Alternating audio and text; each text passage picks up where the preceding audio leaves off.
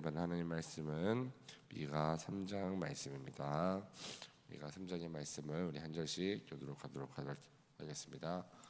내가 또 이르노니 야곱의 우두머리들과 이스라엘 족속의 통치자들아 들으라. 전의를 아는 것이 너희의 본분이 아니냐.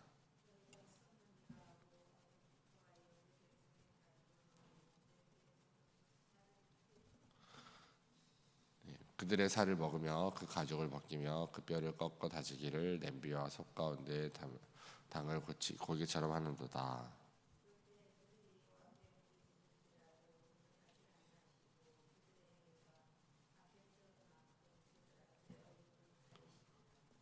그때에 내 백성을 유혹하는 선지자들은 이에 물 것이 있으면 평강을 외치나 그 입에 무엇을 채워주지 아니하는 자에게는 전쟁을 준비하는도다. 이런 선지자에 대하여 여호와께서 이르시되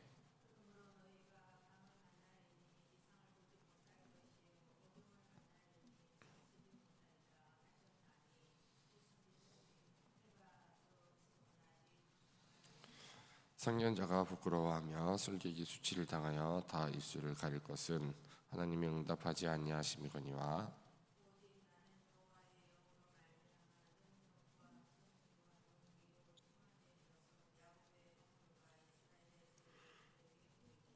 야곱 족속의 우두머리들과 이스라엘 족속의 통치자들 곧 전의를 미워하고 정직한 것을 굳게 하는 자들아 원하노니 이 말을 들을지어다.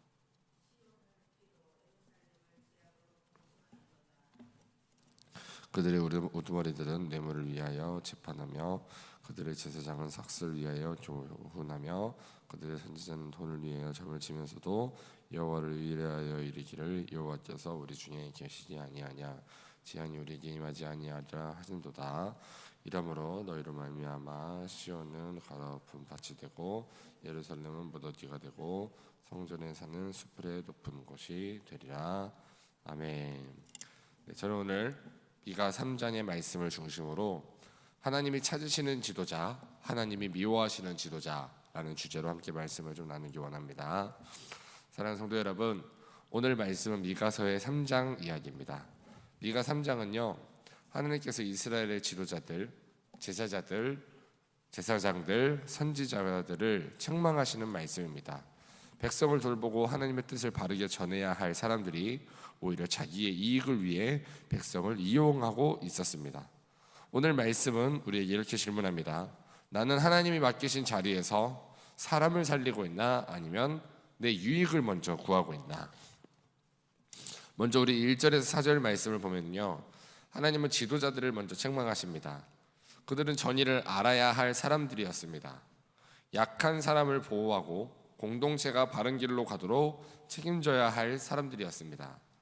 그런데 그들은 오히려 백성을 착취했습니다. 본문은 그들이 백성의 가죽을 벗기고 살을 뜯는 것처럼 표현합니다. 이것은 지도자들이 백성을 얼마나 잔인하게 이용했는지를 보여주고 있습니다. 사랑하는 성도 여러분, 하나님이 주신 힘과 자리와 영향력은 사람을 누르라고 주신 것이 아닙니다. 사람을 살리라고 주신 것입니다. 가정에서 부모의 권위도, 교회에서의 직분도, 일터에서의 책임도 모두 하나님이 맡기신 자리입니다.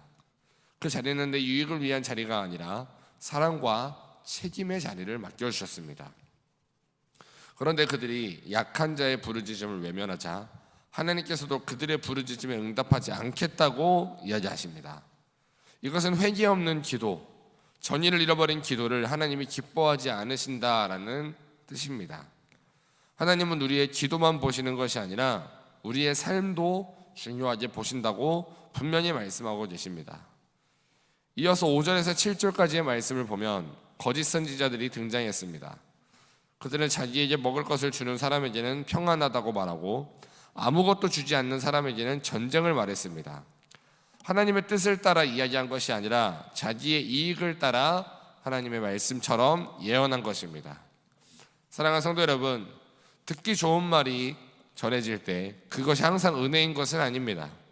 참된 하나님의 말씀은 때로는 우리를 찌를 때도 있고 죄를 드러내고 회개하게 합니다. 하지만 그 말씀이 우리를 살리십니다. 여러분, 병이 있는데도 의사가 괜찮다고만 말하면 그거는 친절이 아니라 아주 무책임한 이야기입니다. 하나님의 말씀도 마찬가지로요, 우리를 살리는 말씀이지만 그 말씀은 불편하기도 하고 그 불편한 말씀이 결국 우리를 하나님께 돌이키게 한다는 사실을 믿으시기 바랍니다. 그래서 우리는 이렇게 기도해야 됩니다. 하나님, 듣기 좋은 말만 찾지 않고 나의 죄를 드러내는 말씀이라도 내가 하나님의 말씀이라면 내가 아멘하며 받게 하여 주시옵소서라고 우리는 기도해야 됩니다. 그리고 8절에서 미가는 거짓 선지자들과 다르게 고백하고 있습니다. 그는 여호와의 영으로 말미암아 능력과 전의와 용기로 충만하여 이스라엘의 죄를 보이겠다고 말했습니다. 미가는 자기의 감정으로 말한 것이 아니라 사람을 공격하려고 말한 것도 아니라 성령의 능력으로 하나님의 정의로 사람을 살리기 위한 용기를 가지고 선포했습니다. 우리에게도 이런 용기가 여러분 필요합니다. 가정에서, 교회에서, 그리고 우리의 일터에서 아닌 것은 아니라고 말할 수도 있어야 됩니다. 그러나 그 용기는요, 분노에서 나오는 용기가 돼서는 안 됩니다. 성령으로부터 나오는 그분을 사랑하는 마음으로 나오는 용기여야 합니다. 우리 입에서 진리를 선포해야 하지만 사랑으로 말해야 하고요, 사랑하되 진리를 포기하면 안 된다는 사실을 기억하시기 바랍니다. 9절에서 12절까지의 말씀을 보면요, 미가는 지도자들과 제사장들과 선지자들의 죄를 다시 고발했습니다. 지도자들은 뇌물을 위해 집하나였고 제사장들은 삭슬을 위해 교훈하였으며 선지자들은 돈을 위해서 점을 쳤습니다. 그런데도 그들은 이렇게 이야기합니다. 여호와께서 우리 중에 계시지 아니하냐. 사랑하는 성도 여러분, 이게 사실 가장 무서운 착각이었습니다.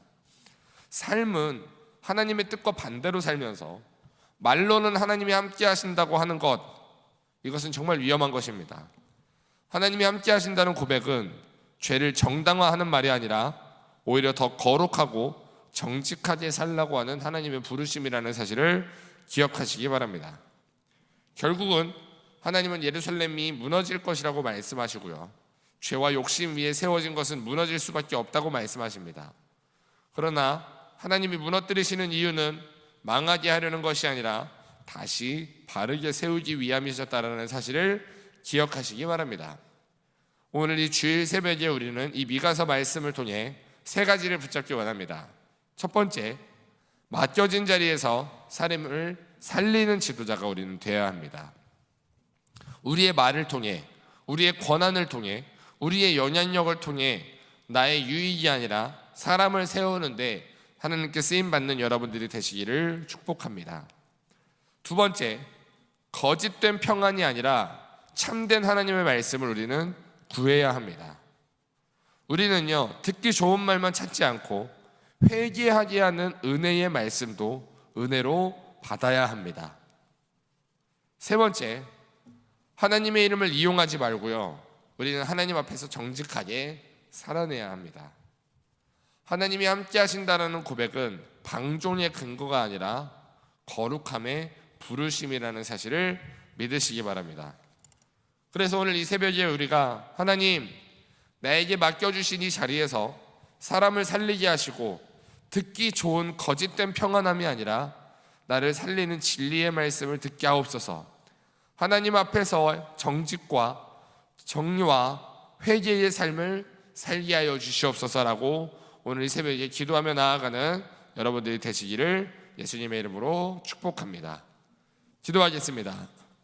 하나님 우리 아버지, 오늘도 미가서 3장의 말씀을 통해 우리의 삶과 영향력을 돌아보게 하시니 감사합니다.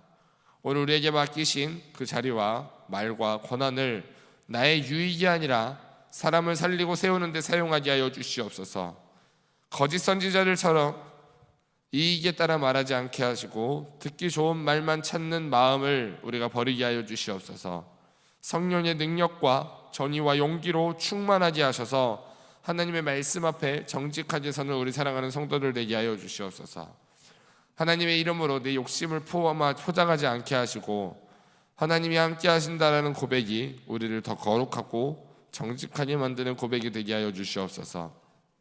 하나님, 우리의 삶 가운데 거짓과 욕심 위에 세워진 것이 있다면 무너지게 하시고 말씀과 전의와 사랑 위에 다시 세워 주시옵소서.